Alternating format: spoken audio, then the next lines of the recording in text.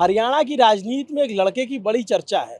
33 साल की उम्र है, जेएनयू से पढ़ाई की है और चर्चा इस बात की है कि इतनी कम उम्र में जेएनयू का लड़का टिकट ले कैसे आया कांग्रेस पार्टी का। तो लोगों ने बताया कि ये जो दिल्ली में कांग्रेस का गांधी परिवार है, उनके करीबी हैं। टिकट मिली, नाम है प्रदीप नरवाल, आपको फ्रेम में दिख रहे होंगे। बाकी इनसे जो जनता के जुड़े सवाल है हम पूछ लेते हैं। भाई साहब ये बताओ, इतने टाइम में टिकट लाए कैसे? थोड़ा, क्योंकि लोग तो बहुत दिन तक घिसते रहते हैं और नेशनल पार्टियों को टिकट। हम भी घिस रहे हैं। हाँ मैं पार्टी का नेशनल सेक्रेटरी भी हूँ, राष्ट्रीय सचिव हूँ, जी। सह प्रभारी हूँ उत्तर प्रदेश का। और काफी दिनों से हम काम कर रहे हैं संगठन में। इस बार बात हुई कि चुनाव लड़ना है, तो फिर आई कहाँ से लड़ना है। और फिर कांग्रेस पार्टी की आलाकमान ने, स्टेट लीडरशिप ने, सबने मिलकर कहा कि भवानी खेड़ा लड़ो जाके। तुम भवानी खेड़ा आ गए, तो अब आपके सामने बैठे, जनता के सामने खड़े हैं। भवानी खेड़ा ये भिवानी जिले की एक सीट जो आरक्षित सीट है एससी वर्ग के लिए। यहाँ से पिछली 2 बार से बीजेपी भारतीय जनता पार्टी चुनाव जीत रही है, लेकिन इससे पहले कांग्रेस का अच्छा मजबूत होल्ड रहा है। 3 बार 4 बार लगातार यहाँ से कांग्रेस जीतती रही है। आप रहने वाले कहाँ के हैं? कथुरा, कथुरा, सोनीपत। सोनीपत। तो भवानी भवानी खेड़ा को क्यों चुना? देखिए, मेरा गांव जो है यहाँ से लगभग 40 किलोमीटर दूर है, जहाँ बैठे हैं यहाँ से। जी। और वहाँ की सारी रिश्तेदारियाँ यहाँ पे हैं। अच्छा। मैं शायद ही कोई ऐसा गांव होगा जहाँ मैं गया हूँगा तो मेरे गांव की रिश्तेदारी नहीं मिली हो, हमारे गांव की बेटी ना आई हो, मतलब रिश्ते ना हुए हों। दूसरी बात, जो मेरी होम कंस्टिट्यूंसी है वो जनरल सीट है। जी। और तो वहाँ पे पार्टी के विधायक भी थे, ये सीट थी। फिर दूसरी कलानौर थी आसपास, जो सेगली सीट है, जी। वहाँ पार्टी सीटिंग एमएलए थी। जी। यहाँ पे एक तो ये वाला मसला था, दूसरा मसला था कि मेरी नज़र में भवानी खेड़ा हरियाणा के सबसे पिछड़े इलाकों में एक है। जी। आप बात करेंगे पिछड़ों के, मैं पिछड़ेपन के इंडेक्स में, जी। तो ये इलाका बहुत पिछड़ा हुआ इलाका है। कैसे? आज भी यहाँ पानी की समस्या है। सुंदर नहर में भी यहाँ पानी नहीं आता, जी। किसानों को पानी नहीं मिलता, गांव में हेल्थ सेंटर नहीं है, स्कूल सिस्टम ठीक नहीं है, और काफी समय से उपेक्षित एरिया रहा है। और तो इसलिए मुझे लगा कि शायद इस एरिया में स्कोप है, यहाँ हम काम भी कर सकते हो। और कई साल से पार्टी वहाँ जीती नहीं है, तो लड़ाई लड़ी जाए और कोशिश की जाए चुनाव जीते। और जनता का जो प्यार मिला है, हाँ। उससे मुझे लग रहा है चुनाव हम जीत जाएंगे, बड़ी ताकत से जीत जाएंगे। एक बात बताइए, मैं आपके इलाके में घूम रहा था, मुझे एक ताऊ मिले, बोले वो छोरा आया है सीधे राहुल गांधी से टिकट लेकर के। ऐसा है क्या? आपको सीधे वहीं से टिकट मिला है? ये कांग्रेस पार्टी का एक प्रोसेस होता है टिकट का। जी। हमारी प्रदेश सिलेक्शन कमेटी होती है, स्क्रीनिंग कमेटी होती है, सीसी होती है। जी। और मैं हमेशा शुक्रगुजार हूँ कि कांग्रेस पार्टी आला कमान भी, राहुल जी का, हमारे मेरे नेता प्रियंका जी का, हुड्डा साहब का, सबका मेरे ऊपर आशीर्वाद रहा है, हमेशा रहा है। और दीपेंद्र जी ने बड़े भाई की तरह हमेशा मेरा साथ दिया है। तो प्रोसेस होता है, हाँ, सबने मेरा साथ दिया है। और मैं हमेशा एक बात कहता हूँ कि राहुल गांधी मेरी विचारधारा है, प्रियंका गांधी जी मेरी नेता है, और दीपेंद्र हुड्डा जी मेरे बड़े भाई हैं। तो सबने मेरा साथ दिया है। और आज आपके बीच में बैठा हूँ, चुनाव लड़ रहे हैं। पार्टी में टिकट के कई प्रोसेस होते हैं। एक प्रोसेस में राहुल जी ने कई बार कहा है कि वफादारी भी होती है। भी पार्टी में आप संगठन में काम कर रहे हो और लगे कि आप ठीक है, संगठन में काम आपका आगे बढ़ाया जाए। और पार्टी ने इस बार स्टेट में कई युवाओं को टिकट दी है कि वो पार्टी भविष्य के लिए काम करें, ताकत दें पार्टी को, आगे अपने समाज को जोड़ें, हल्के के लिए काम करें, 36 कौम की राजनीति करें।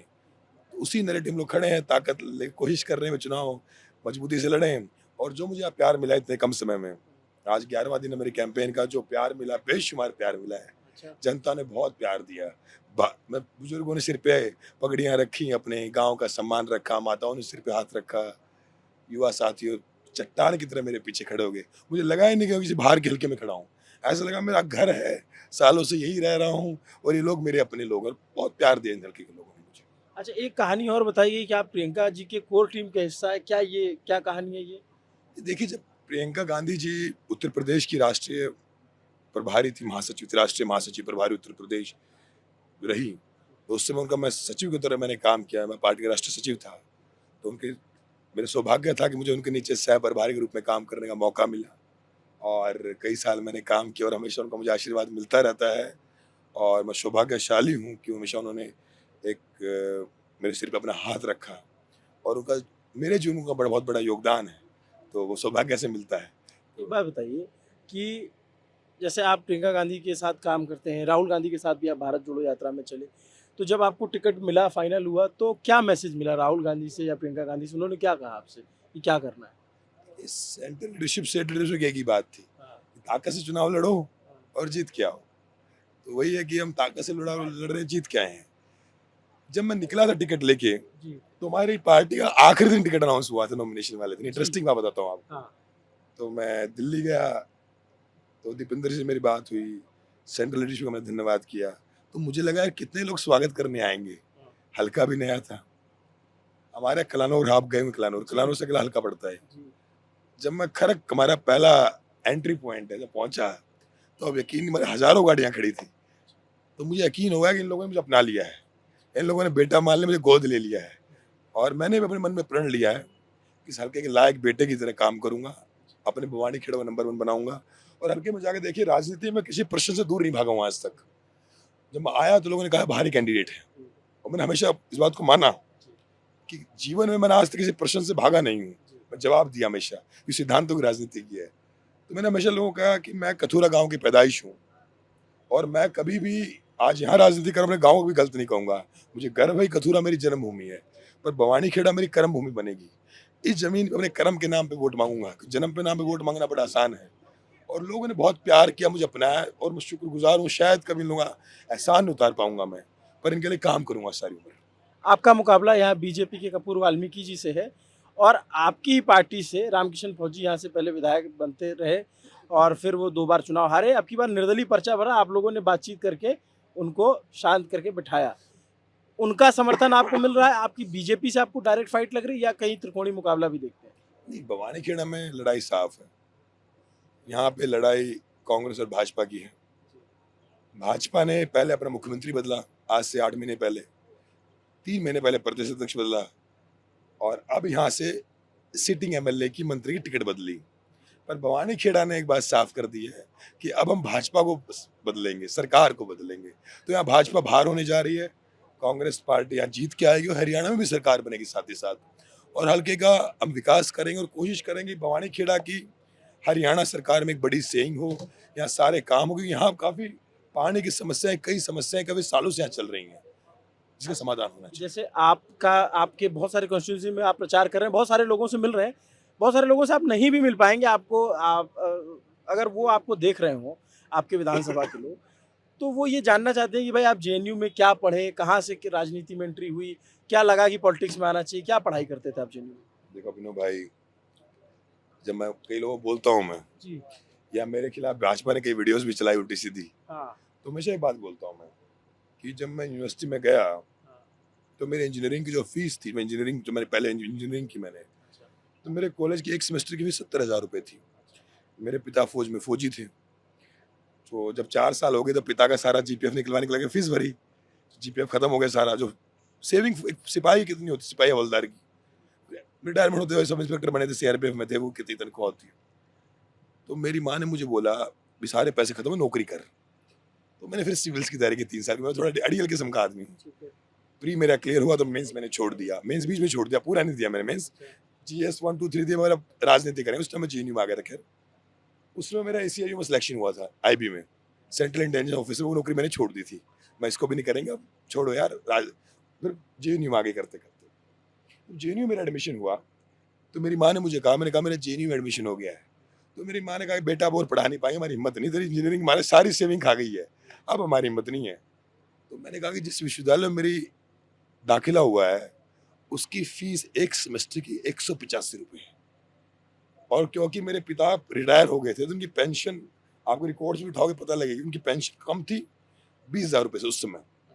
शुरुआती पेंशन थोड़ी कम मिलती है। तो मेरे ख्याल से मुझे एमसीएम, जेएनयू में एमसीएम भी मिलता था, कि हॉस्टल के जो 2,000 रुपये मिल जाते थे, उसमें मेस का खाना हमारा मुफ्त में हो जाता था, फ्री हो जाता था। तो मैं कहता था, अब लोगों को कह रहा हूँ कि मैं आज यहाँ इसलिए बैठा हूँ कि जेएनयू ऐसा विश्वविद्यालय था जिसमें फीस 185 रुपये थी, जिसके कारण पढ़ पाया आगे। जहाँ मैं राजनीति कर पाया 5 रुपए की चाय पे गंगा ढाबे पे बैठ के, ब्रह्मपुत्रा हॉस्टल की कैंटीन में बैठ के, और जहाँ भी चाय पढ़ पाया मैं साबरमती में बैठ के। वैसा ही माहौल देश के हर बच्चे को मिलना चाहिए। सिर्फ कोई जेएनयू में नहीं उसको ये माहौल मिला, ऐसा नहीं होना चाहिए। ये माहौल एमडी में भी होना चाहिए, ये माहौल केयू में भी होना चाहिए, ये माहौल भिवानी के हर विश्वविद्यालय में होना चाहिए। और अच्छी और सस्ती शिक्षा, जेएनयू हम लोग पढ़ के आए हैं, हमारा नारा होता था कि अच्छी और सस्ती शिक्षा हमारा अधिकार है, जो हम लड़के लेंगे। तो मैं कहता हूँ बवानी खेड़ा के हर बच्चे का, किसी भी जाति किसी बिरादरी का हो, आज बहुत सारी अगड़ी जातियां भी गरीबी रेखा के नीचे आ गई हैं, बहुत गरीब हैं। आप गांव में जाओगे हालात पता चलेंगे आपको। दलित समाज भी गरीब है, बहुत सारा पिछड़ा समाज ही, पर कई जो अगड़ी जातियां, जो फॉरवर्ड कास्ट कही जाती हैं, उनमें भी बहुत सारा तबका बहुत नीचे की रेखा में आ गया है।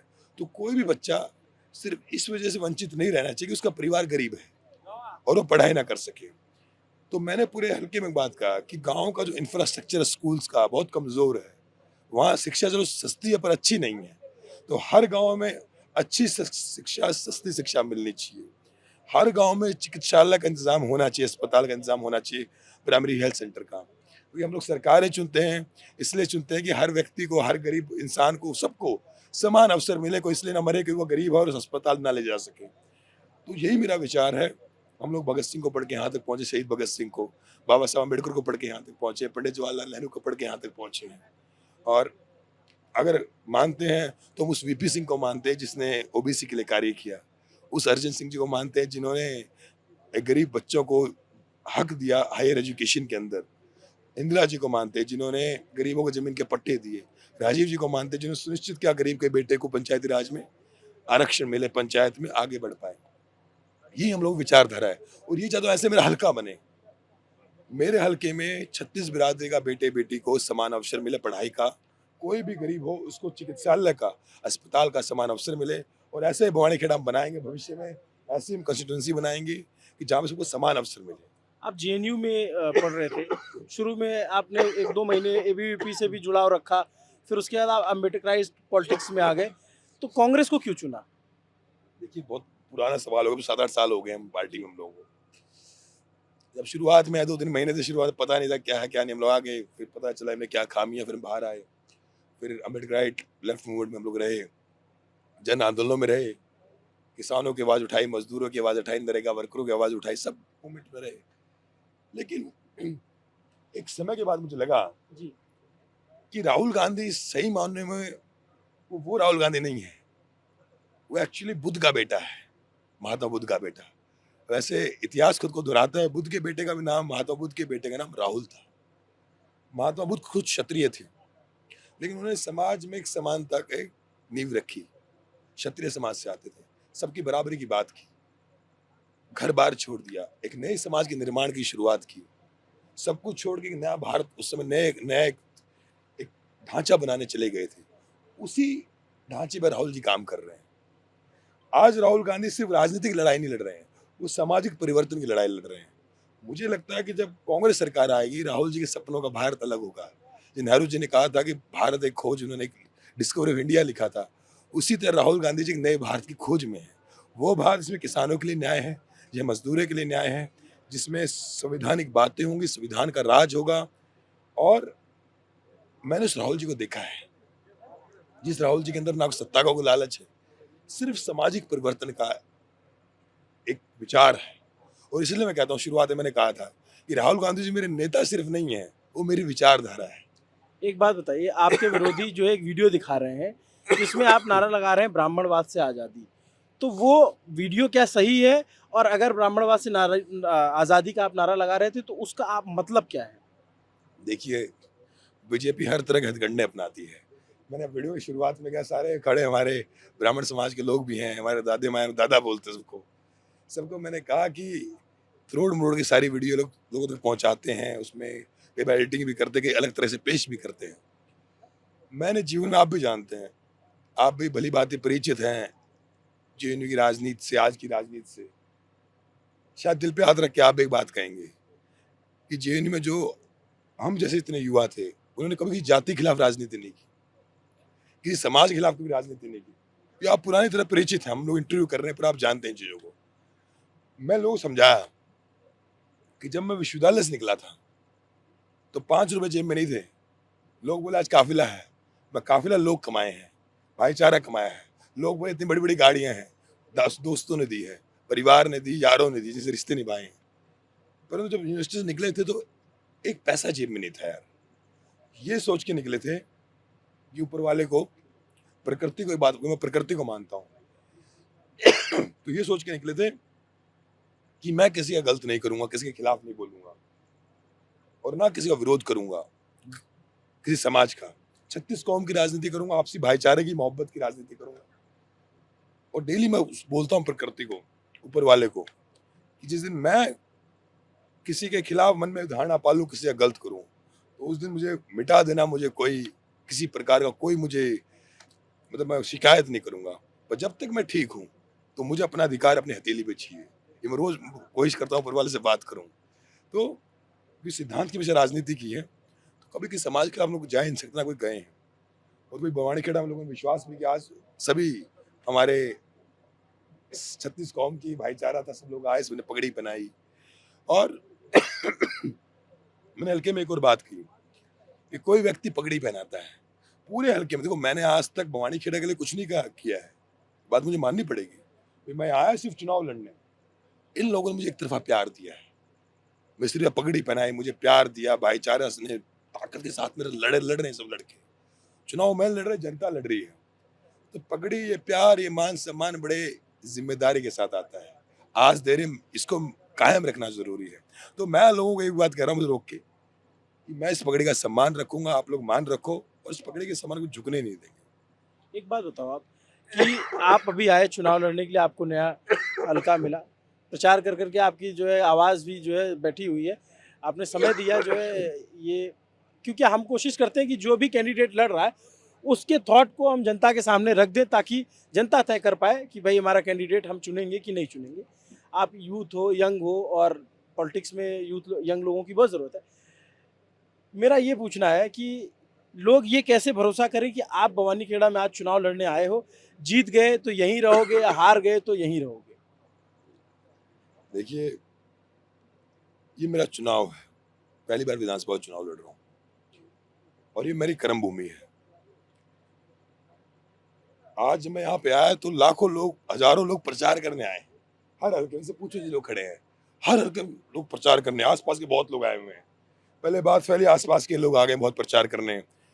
मेरे पूरे गांव के लोग यहाँ उठ के आ गए, आसपास के हल्कों के, रोहतक के, सब के लोग आ गए हैं। तो मैंने वैसे रिश्ते निभाए, और रिश्ते को कहता हूँ, आजकल तो पड़ोसी नहीं पूछता है। मेरे सारे भाईचारा उठ के आ रखा है, सब हल्के के लोग उठ के आ रखे हैं, सब भवानी खेड़े के लोग प्यार दे रहे हैं। तो मैंने आज तक किसी का छल नहीं किया कभी जीवन में। इनके विश्वास को कायम रखूंगा, और यही मेरी कमाई है। देखिए, विधायक मुझसे पहले भी रहे हैं, विधायक मेरे बाद भी बनेंगे। ना मैं पहला हूँ, ना मैं आखिरी हूँ। ना लड़ाई उस दिन जीता था तब मैं टिकट लेके आया था, ना लड़ाई उस दिन जीतूंगा जिस दिन विधायक बनूंगा।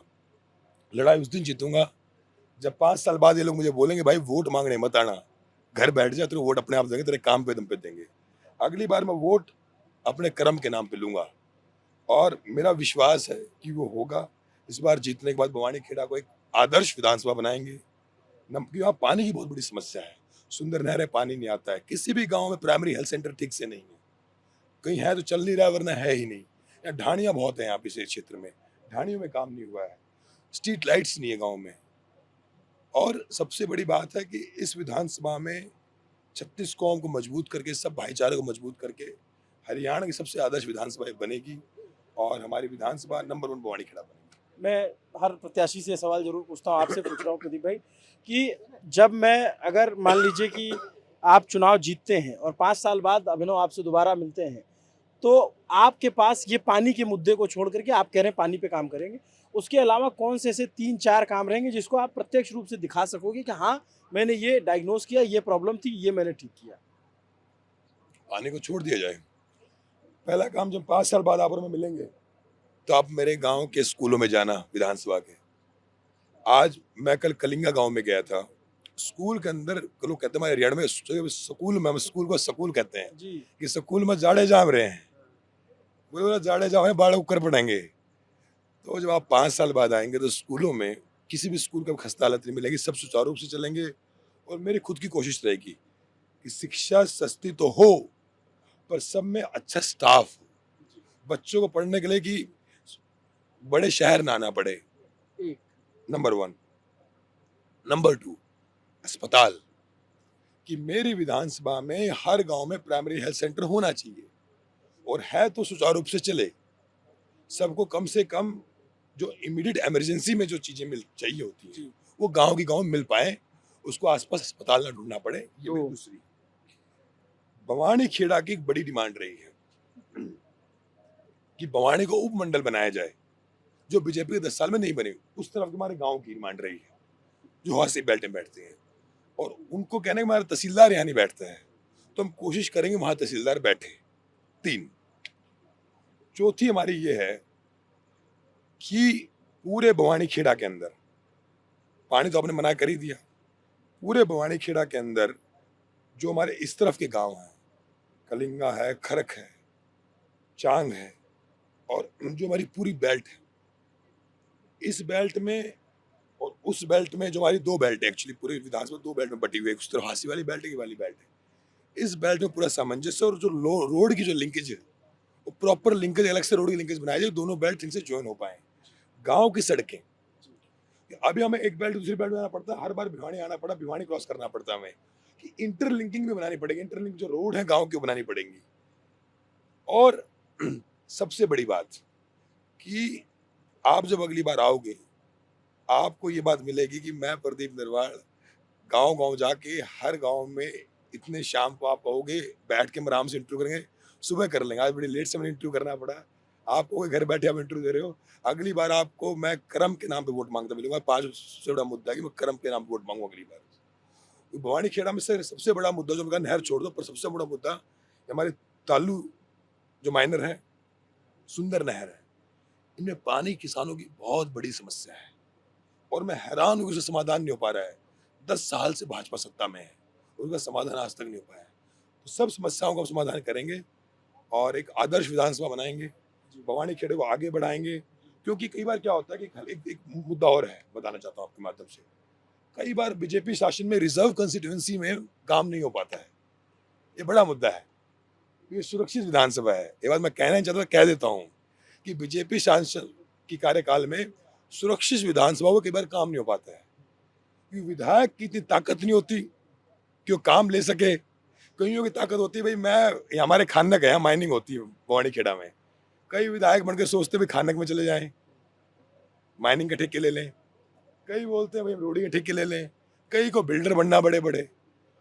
तो मैं ये सोच के आया हूँ कि अपने भवानी खेड़ा में इस बार अफसरशाही का राज नहीं रहेगा। मुझे ठेके लेने नहीं है, 5 साल बाद आओगे पता करना कि मैं कितने ठेके ले रहा हूँ।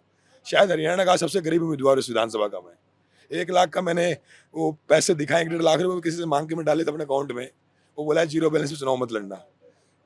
ना आज तक ठेके लेना, आज तक लूंगा कभी जिंदगी में। तो अपने विधानसभा में सारे प्रोजेक्ट्स, मेरे विधानसभा में डेवलपमेंट प्रोजेक्ट आए, इसकी कोशिश करूंगा। निजी स्वार्थ से वो बाहर निकल के करना पड़ेगा काम, वो करने की कोशिश। आखिरी 2 सवाल है मेरे। पहले एक चीज ये कि आपकी जो टॉप लीडरशिप है, आज लोग यहाँ पे खड़े हुए, इनके भी डोर टू डोर कैंपेन चल रहा है। अच्छा, ये मैं जानना चाहता हूँ कि आपकी पार्टी से जो आपकी टॉप लीडरशिप है, वो प्रचार से नदारद क्यों है? आप राहुल गांधी, प्रियंका गांधी, वो रैलियां क्यों नहीं कर रहे हैं अभी तक हरियाणा में? राहुल जी 26 को करा रहे हैं हरियाणा में। अच्छा, भवानी खेड़ा में दीपेंद्र हुड्डा जी आए, मैंने 18 तारीख को चुनाव प्रचार की शुरुआत की। कल भंवर जितेंद्र जी आ रहे हैं हमारे यहाँ पे, परसों सचिन पायलट जी आ रहे हैं, और 2 तारीख को 2 तारीख को, हाँ 2 को फाइनल हो गए कि प्रियंका गांधी जी, दीपेंद्र हुड्डा जी यहाँ दोबारा आएंगे। मैंने दीदी का ऑफिस में भी रिक्वेस्ट डाली है, और दीपेंद्र जी में खुद बात की हुड्डा साहब से, दोनों यहाँ पे पहुंच रहे हैं 2 तारीख को भी। और 26 को राहुल जी बरवाड़ा और करनाल के प्रोग्राम है, और राहुल जी के 28 के प्रोग्राम भी। तो लीडरशिप आ रही है यहाँ पे, ऐसा कुछ लीडरशिप नहीं आ रही। और हरियाणा इस बार हम लोग 2 बहुमत से जीतने वाले हैं। आखिरी सवाल, चंद्रशेखर और मायावती जी, बीएसपी, दोनों इस बार हरियाणा चुनाव में बहुत अच्छे तरीके से इंटरेस्टेड हैं। आप क्या उनको चैलेंज के तौर पे देखते हैं? देखिए, हरियाणा में लड़ाई साफ है, यहाँ पे लड़ाई कांग्रेस और भाजपा के बीच में है, बीच में कोई टिक नहीं पाएगा, क्योंकि मायावती जी का अलायंस इनेलो से है। इनेलो यहाँ पे लगभग डेसिमेट हो चुकी है, क्योंकि इनेलो अब प्रासंगिक नहीं रही, मैं इतना कहूँगा। जेजेपी से लोग दुखी हो गए थे, 10 साल, मतलब 5 साल सत्ता, मेरे 10 विधायक आए थे। इस बार शायद दुष्यंत चौटाला खुद की जमानत न बचा पाए, मैं आपके सामने ऑन रिकॉर्ड कह रहा हूँ, इंटरव्यू दोबारा लोग चला लेना। शायद दुष्यंत चौटाला इस बार में जमानत भी शायद ही बचा पाएंगे, जो आज के हालात है। और इसलिए जो अलायंस पार्टी है, आजाद समाज पार्टी, उसका अब इतना बड़ा रोल नहीं रहा हरियाणा में। तो लड़ाई साफ है कांग्रेस भाजपा की, जनता कांग्रेस के साथ है। भाजपा शायद मेरे हिसाब से 25 के नीचे रह जाएगी, शायद 20 सीटें भी मुश्किल से ला पाए, पूरे ताकतवर शब्द तब शायद 20-22 सीटें आएंगी। कांग्रेस हर हालात में 2/3 बहुमत लेके आ रही है। हमारी लड़ाई है कि हम आगे प्लस कितना करेंगे, क्योंकि हरियाणा मांगे हिसाब यात्रा उसमें फूल जन सैलाब उमड़ा, दीपेंद्र जी ने उसके इंचार्ज बनाया। तो आज के समय मैं कह रहा हूँ आपको, हरियाणा में सरकार आने जा रही है, पूर्ण बहुमत से आ रही है। और इस बार हरियाणा सरकार सिर्फ राजनीतिक परिवर्तन नहीं करेगी, आपको बताना चाहता हूँ, ये सरकार सामाजिक परिवर्तन की होगी। क्योंकि इस सरकार के परिवर्तन के मूल्यों में जो लड़ाई लड़ी पिछले 10 साल में, जो कहते हैं आज़ादी का जब आंदोलन हुआ था, तो उस आंदोलन के अंदर इकोनॉमिक सवाल था, उस आंदोलन के अंदर महिलाओं का सवाल था, जाति का सवाल भी था, उसके अंदर एक भारत का सवाल भी था। इसलिए नया भारत बना, उसमें जातियों को जगह भी मिली, उसमें महिलाओं को जगह भी मिली। आप इसलिए जेएनयू इसलिए जो अभी जो हरियाणा के सवाल थे, इसमें जाति का सवाल भी था, भाईचारे का सवाल भी था, नौकरी का सवाल भी था। और एक बात मैं भूल गया बताना आपको, देश में कहीं जाओगे, जब मैं 5वीं बात क्या लड़ाई की, एक बात रहेगी दिमाग में, फिर से बोल देता हूँ। देश में कहीं जाओगे, आप बोलोगे सैनिक, तो व्यक्ति बोलेंगे हरियाणा। हरियाणा में कहीं जाओगे, लोग बोलेंगे सैनिक, लोग बोलेंगे भिवानी। भिवानी में कहा भवानी खेड़ा। ये भवानी खेड़ा, वो भवानी खेड़ा शूरवीरों की धरती है। यहाँ सिपाही से लेके जनरल रैंक के लोग अफसर आर्मी के रहे हैं। वीके सिंह की भी रही है। वीके सिंह खुद भवानी खेड़ा के थे। तोप लगी है उनके गांव के मैं कह बाहर। रहा हूँ खुद भवानी खेड़ा के थे। मैं कह रहा हूँ ये शूरवीरों की धरती है। सिपाही से लेके जनरल रैंक के लोग रहे हैं। लेकिन आज सुबह रोज यहाँ पे हजारों बच्चे सुबह सड़कों पे रनिंग करते थे, आर्मी में भर्ती होने के लिए, देश के सम्मान के लिए। माता कहती थी हमारे बच्चे देश का सम्मान बढ़ाएंगे। लेकिन आज इस अग्निवीर योजना के कारण सबसे ज्यादा कोई प्रभावित क्षेत्र है देश में तो भिवानी है। भिवानी के अंदर सबसे कोई प्रभावित क्षेत्र भवानी खेड़ा है। हर युवा मुझे कह रहा है कि भाई साहब सरकार आएगी तो अग्निवीर वापस होगा। तो मैंने कहा है कि भाई देखो, ये मुद्दा केंद्र सरकार का है, मैं झूठा प्रचार कर नहीं सकता कि मैं वापस कर दूंगा। विधायक बन के हरियाणा सरकार से पूरा प्रेशर दिलाएंगे कि अग्निवीर योजना खत्म होगी। इस क्षेत्र का सबसे बड़ा मुद्दा यह है कि अग्निवीर योजना खत्म हो। इस क्षेत्र के युवा जो सम्मान कहते हैं, हमारे हरियाणा में कहते हैं, किसी की इज्जत खोसनी हो तो उससे ठेका बंद नौकरी ला दो। रोज सोचेगा आज काट देंगे, आज काट देंगे, तो किसी की इज्जत छीन ले उन्होंने लोगों की। जी, आप आर्मी में ठेके पे लगा रहे हो तो आपके अंदर विश्वास ही नहीं रहा कि आप परमानेंट हो कि नहीं हो, आप देश की सेवा कर पाओगे नहीं कर पाओगे, तो लड़ाई किस बात पे लड़ोगे आप? तो लड़ाई लड़ने के ये लिए नेशनल विश्वास मुद्दा भी है। आप बताएं कि आपके टॉप लीडरशिप भी सबसे सैनिक यहाँ से आते हैं। उसको उठाती रही है। एक आखिरी सवाल पूछता चलता हूं मैं आपसे, कुमारी शैलजा जी आपका प्रचार करने आएंगी? देखिए, कुमारी शैलजा जी हमारे हरियाणा की आदरणीय नेता हैं, राष्ट्रीय महासचिव रही हैं, और मैं कोशिश करूंगा कि मैं रिक्वेस्ट करूंगा। और नाराज चल रही हैं क्या कुछ? नहीं, ऐसा कुछ नहीं है। ये भाजपा के द्वारा फैलाया गया प्रॉपर एक प्रोपेगेंडा है। भाजपा अब चुनाव हार चुकी है, कोई मेरे खिलाफ वीडियो चलाती है, कभी शैलजा जी के खिलाफ प्रचार चलाती है। इस पे दीपेंद्र हुड्डा जी बयान दे चुके हैं कि कांग्रेस पार्टी एक है, कुमारी शैलजा राष्ट्रीय महासचिव है, पार्टी सम्मानीय नेता है, और सब मिलके काम करेंगे। 2 तय बहुमत की सरकार आएगी, सबकी हिस्सेदारी होगी। और 10 दिन बाद, आज के 10 दिन बाद हरियाणा में नई सरकार बनेगी, और हरियाणा की नई सरकार में मेरे भवानी खेड़ा का हिस्सा होगा। नंबर 1 भवानी खेड़ा बनेगा। चलिए, नेताजी जो है वो हरियाणा में चुनाव लड़ रहे हैं, जेएनयू से पढ़े हैं, दिल्ली की राजनीति भी करते हैं, बोलते अच्छा है, भाषण अच्छा देते हैं, वादे भी खूब किए हैं, दावे भी खूब किए हैं। जनता 5 तारीख को परखेगी, 5 तारीख को परखेगी और 8 तारीख को नतीजे आएंगे। नमस्ते, मेरा नाम अभिनव पांडे, मेरे साथ कैमरे के पीछे हनी है, प्रदीप नरवाल को आप सुन रहे हैं।